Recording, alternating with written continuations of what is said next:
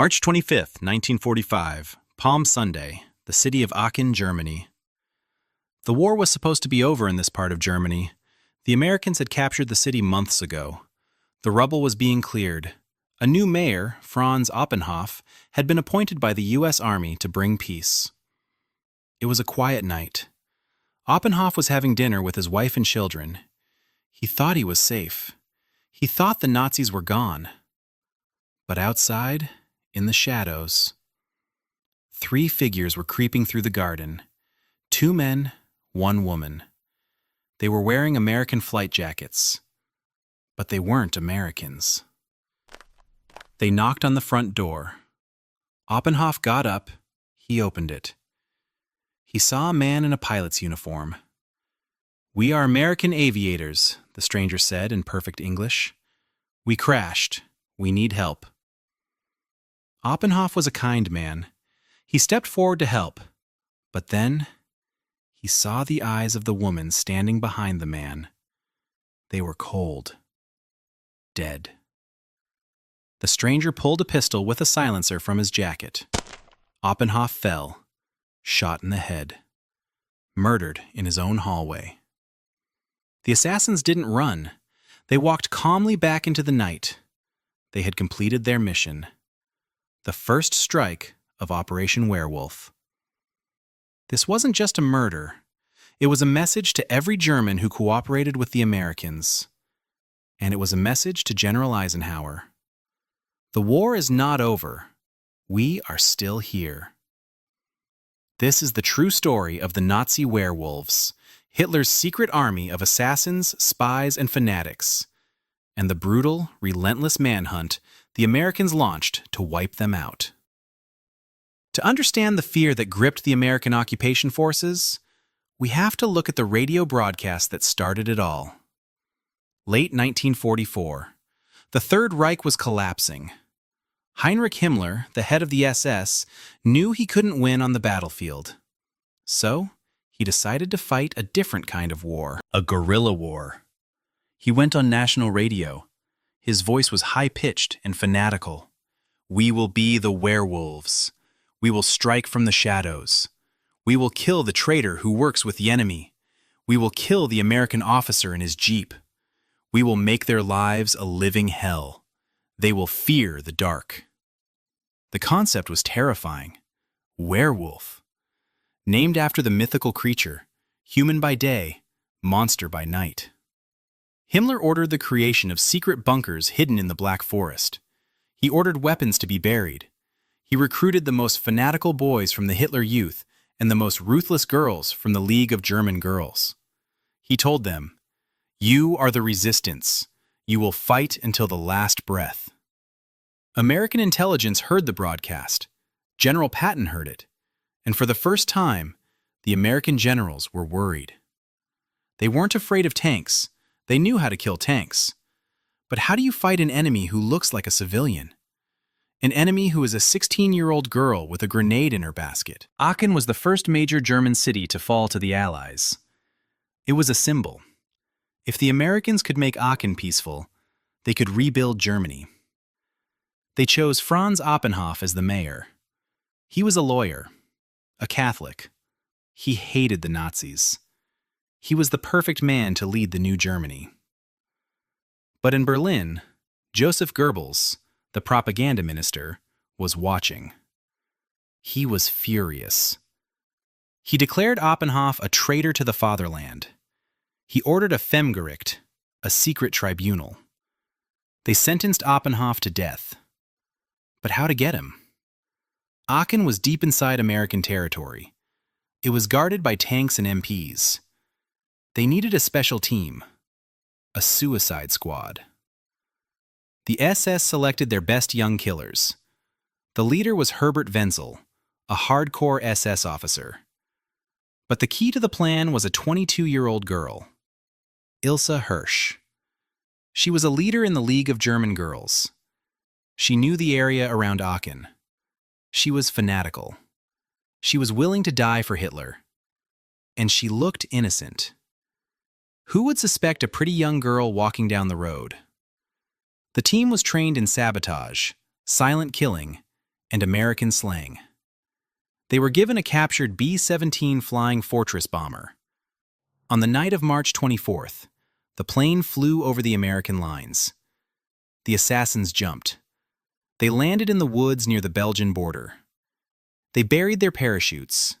They put on their disguises. And they began to walk toward Aachen. They passed American checkpoints. Ilse Hirsch smiled at the American guards. The GIs, lonely and tired, smiled back. They let her pass. They didn't know she had a map of the mayor's house in her pocket. The night of the murder was carefully planned. They cut the telephone wires to the mayor's house. They watched the patrols. When Wenzel pulled the trigger and killed Oppenhoff, it sent a shockwave through the Allied command. The next morning, the American military police found the body. They found the cut wires. They realized this wasn't a random crime. It was a professional hit. Goebbels went on the radio the next day. He celebrated. "The traitor Oppenhoff has been judged! The werewolves are watching! Anyone who helps the Americans will suffer the same fate." Panic spread among the German population. Civilians who were helping the Americans suddenly stopped. Translators quit their jobs. Shopkeepers refused to sell to soldiers. They were terrified. The werewolf myth was working. The Nazis tried to turn Germany into a land of terrorists. Imagine the fear of the American soldiers, not knowing who to trust. This is the hidden history of 1945. If you want to see how the Americans hunted these killers down, hit that subscribe button. The justice is coming. General Eisenhower was not a man to be intimidated. When he heard about the werewolves, he didn't hide. He got angry. He issued a directive: stamp them out. The Counterintelligence Corps, CIC, was unleashed. They were the FBI of the Army. They started hunting. But the werewolves weren't just killing mayors. They were targeting soldiers. One favorite trick was the decapitation wire. They would tie a thin, strong piano wire across a road at neck height. When an American Jeep drove by with the windshield down, it would take the heads off the driver and the officer. Patton's Third Army faced this threat constantly. Patton loved to ride in open Jeeps. He ordered his mechanics to weld a steel bar, a wire cutter, onto the front of every Jeep. It looked like a vertical iron rod sticking up from the bumper. That iron rod saved hundreds of American lives. But Patton did more than just defend. He attacked. He issued an order to his troops. If you catch a sniper in civilian clothes, shoot him. If you catch a saboteur, shoot him. We are not playing games with terrorists.